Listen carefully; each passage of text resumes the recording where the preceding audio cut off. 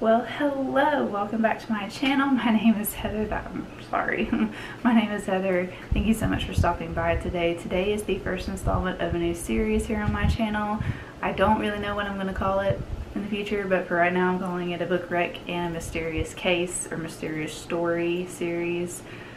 If you have any better names than that, let me know down below. If you don't know anything about me, I'm terrible coming up with original names, and I just basically name stuff how it's supposed to be. It took me 2 weeks just to come up with my YouTube name, and I took reads off the end of my YouTube name, if you didn't realize that. But Heather Lou, like my first name's Heather, Lou is a nickname that I had when I was younger. I didn't even remember it until my mom told me. So it took me 2 weeks just to come up with Heather Lou. So if you have any other names that you want me to call this series, just put it down in the comments below. Let me know. Let me know what you think it should be called. I don't know. You can probably come up with something better than I can. But before we get into this video, please make sure you hit that subscribe button down below. Like this video. Let me know what you think of it after. Let me know if you have a particular book or a particular case that I can like match a book up with in the future.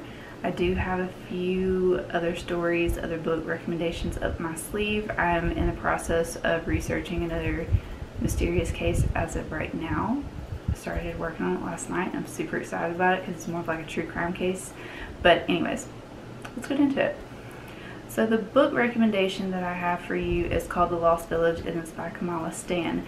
And this is about a filmmaker named Alice who goes to this village.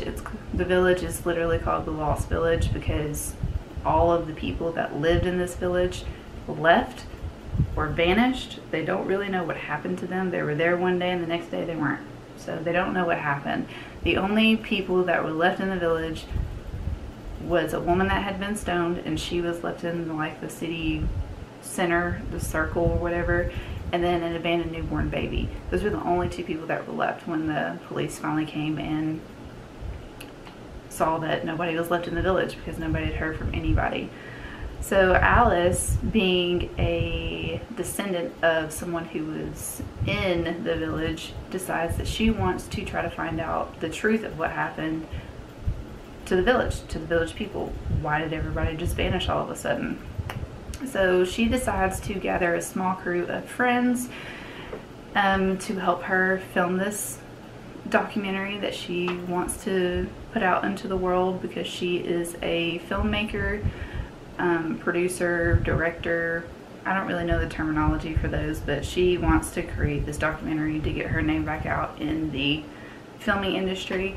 So she decides that she wants to make a documentary about this. The only thing is, not long after the crew gets there and the crew settles and they start like making camp in the city center, mysterious things start happening. Things like their equipment, a vehicle gets blown up, people start to go missing.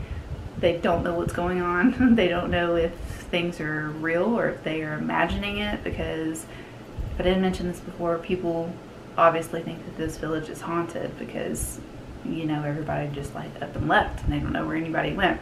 So of course this is going to breed fear, and this is going to start like putting a little what do you call that thing? Anyways, it's going to start creating some issues between the crew members, and they start not to get along very well. So not only are people going missing, their things end up getting destroyed, and now they don't trust each other. So, you know, that's just a disaster waiting to happen. But they also realize that they're probably not alone in the town. Like I said, it could be a person, it could be a ghost, it could be something demonic. They don't really know what's going on, so they're trying to figure that out. The whole point of this trip for Alice is to figure out the truth. That she comes along, like some more truth comes behind it. You also get a different perspective in this book that is from the 1950s. When the village people vanished, it was 1959. So you get a perspective from 1959 as well, which I thought was a really interesting take on this book, because you don't get it at the very beginning. You get that perspective as you go on and you start to learn the different things about the village. So I thought that this book was creepy. I thought that it was entertaining. It was very fast paced. You didn't want to put it down. I read it in literally like a day a day and a half maybe, if that. But I literally, like, I was glued to the pages. It's really, really good, and it has a very, very good mystery, very good backstory. I think if you enjoy thrillers, mysteries, paranormal, crazy things happening, I think you'll really like this book. So that's my book rec for you today. Check it out. It's really, really good, and it's a newer release too. So now moving on to the mysterious case portion of this. I thought that these two stories really paired well together. I wanted to do the Roanoke colony disappearance because, you know, that village just vanished too. But then I came across this one in India, and I thought this paired really well with this book. So hopefully you do too. But I'm going to go ahead and say that and apologize that I'm probably going to mispronounce words for names of places and people's names, because we are talking about India, and you know I can barely speak English very well, so bear with me. And if I mispronounce anything, I honestly really apologize, because I am not trying to be disrespectful in any way. So please know that going into this. So let's just go ahead and talk about the history of this town, or this village as we're going to call it. Kuldhara is a village just outside of Jaisalmer. It's about 20 miles in what we say in the US, but about 20 kilometers or about 12 miles outside of Jaisalmer, which is a bigger city in India.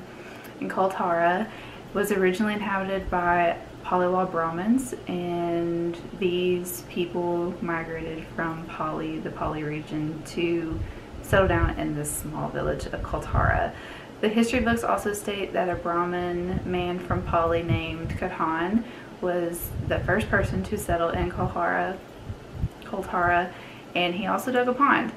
And there were inscriptions and there were carvings found that do say yes, that these people did inhabit Kuldhara, and they did stay there for a very, very long time. So the Paliwals were able to grow crops in the desert, and if you don't know, the desert, it's very hot and there's hardly any water, and it's very hard to grow crops in the middle of the desert. But they were able to do that because they found out that rocks called gypsum rocks were 20% water. So when they found these rock formations, they knew that there was water nearby. So they used these tactics and they used these skills to be able to settle down in Kuldhara, in the middle of the desert.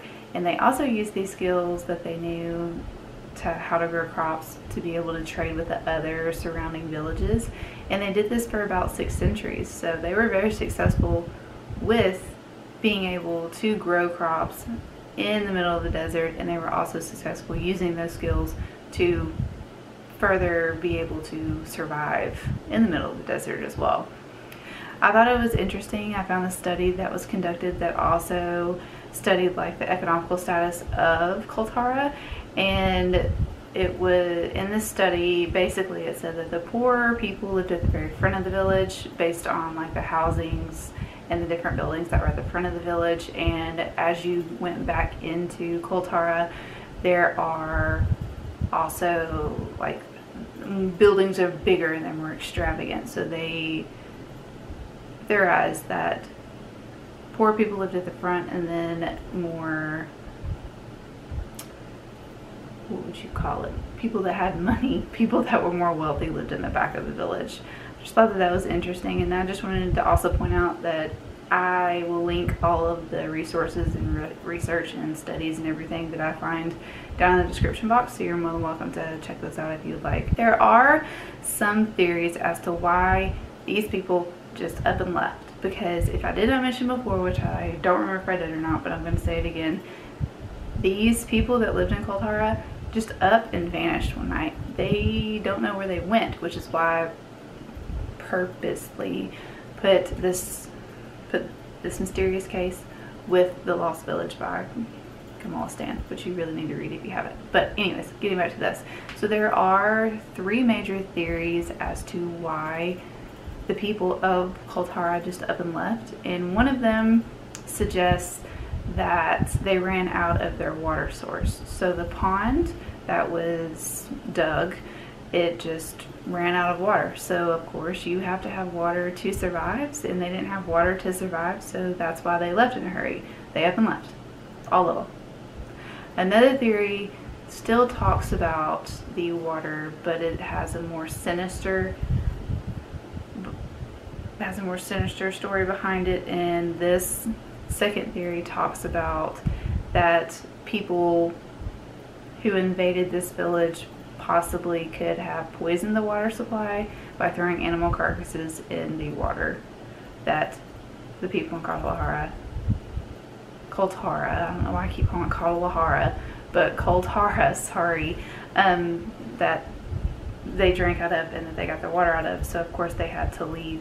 The last theory that was found, or the last theory that I came across, is from 1825, when Kuldhara was the home of the Paliwal Brahmins, and a man named Salim Singh, I believe that's how you pronounce his name. He was the Dewan of Jaisalmer, and he was in power. And it is said that the Paliwal Brahmins were very, very powerful people, and they had a lot of say-so in this region.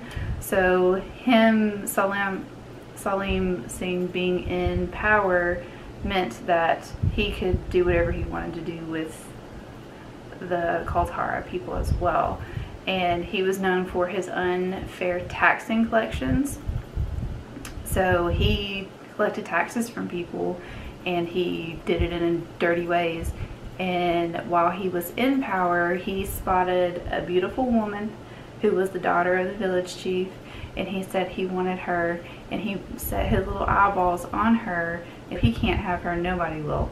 And he also threatened, the theory says that he threatened the people that if they tried to stop him in any way, that they would continue, or that he would continue to tax them and tax them and tax them and tax them, basically raise their taxes. They're already struggling. They're already trying to survive in the desert. They're already trying to make a living by growing crops and by doing what they can, and now he's wanting to tax them even more if they get in his way from basically stealing this man's daughter and making her his own. But y'all know how I feel about that. Anyways, so of course the villagers got scared, and they came up with this plan to up and leave all at once. And let me tell you, there's about 1,000 people that lived in this village at this time. And so they all said, well, no, this isn't happening. So they up and left one night, and they all left together, and they all resettled somewhere, and people don't know where they went. They don't know where they resettled, if this theory is true, or even if all the theories are true. They don't know where these people went. They just up and vanished one day, or one night I should say. And it is also known that there possibly was a curse put on the town, and that curse was that no one could ever live in Kuldhara again. Like, nobody could ever settle there. And this case is from the 19th century. So that's a long time, and nobody has ever lived there again except some goats, which we'll get to in a second. But except some goats, nobody has ever lived there again. So people really do believe this curse, that nobody is able to settle in Kuldhara again. So those are the theories. But now we're going to talk about the modern day things. And the first thing we're going to talk about are like the haunted sightings that people have seen. I don't mean this in a negatory way at all, but you know, anyways. But people have supposedly seen some paranormal activity, and there is a group of people called the Paranormal Society of New Delhi who have supposedly witnessed eerie activity when they were visiting Kuldhara. And they said that they witnessed voices, witnessed footprints in the mud that was not there prior to when they were there, moving shadows. They said that they got keyed, scratches on the cars that they drove in, and they also said that some spirits decided to reveal their names to them while they were investigating. Other accounts of paranormal activity include being touched on their shoulder when no one else was around, and hearing and seeing shadows, hearing voices talking. But a lot of people in the surrounding villages do not believe that the village is haunted. They do not believe in people saying that they have had paranormal accounts there, paranormal activities there, because they've never seen them for themselves. So they don't believe in the paranormal. They don't believe that Kuldhara is haunted. Because of those accounts, you probably already guessed, but Kuldhara is still around today, and it is now a tourist attraction. The village is now considered a heritage site and it was deemed that by the Archaeological Survey of India, and now the government of Rajasthan is starting to reconstruct and rebuild and restore some of the buildings that are in Kuldhara. So that's really exciting. I really like it when people save old buildings instead of tearing them down and try to restore them and try to just keep the history of that town or of the village or of the building even. But I think that's neat that they're doing that. Although it is deserted, Kuldhara is still attracting people from around the world. And when I found out about this, I was like, I want to visit this because it looks beautiful. Like the pictures that I've seen, it looks absolutely gorgeous, and I really want to visit it one day if I possibly can. And evidently, when you drive up, you can see some goats just milling around and frolicking and having a great time. So if you don't know me, I love goats, but the goats sold me on this place. That's the only reason why I want to go there, because the goats. Anyways, you can still see the temple that was built in the 19th century in the cluster of homes. The temple is in the very middle of the village, and this specific temple is said to have been built for or constructed for the goddess of Mother Nature. You can still see inscriptions and carvings inside the temple, and that's why they believe that it was for Mother Nature, because the carvings and inscriptions inference that it was built for her. One of my sources also claims that the temple has already been restored and is now the tourist building for visiting Kuldhara, but I don't know how true that is. But if you know, let me know down below in the comments. The gates of this place, Kuldhara, are closed at dusk. So do not try to go there when that sun is setting, or after the sun has set, or after the sun has gone down. Don't try to go there if you try to go there and it's closed, because the people in the neighboring villages close the gates at sunset. Don't try to go there if it's getting dark, because you will get in trouble for going there, because they don't want anyone in there after dark. But that is the end of the first installment of this series on my channel. I really hope you enjoyed it. I really enjoyed doing this video and learning about some history that is not in America. And just, I really love researching, and I really love learning about the world. If you have any recommendations that you want me to do, like if you know that I've read a book and you've heard a story, or if you've heard a story and you want me to pair it with a book, let me know in the comments below and I will try to do that. I have a few videos that are already up my sleeve that I'm working on. I'm working on one mysterious case right now, and I'm really interested in it. It's more of a true crime based, but I'm really interested in it because I think I have a really good pair with the book and, you know, the case as well. But let me know if you enjoyed this video in the comments below. Like this video, share it with a friend. You know the drill. I don't know if you do, but that's the drill around here. I hope that you have a fabulous day, and I will see you in the next video. Bye.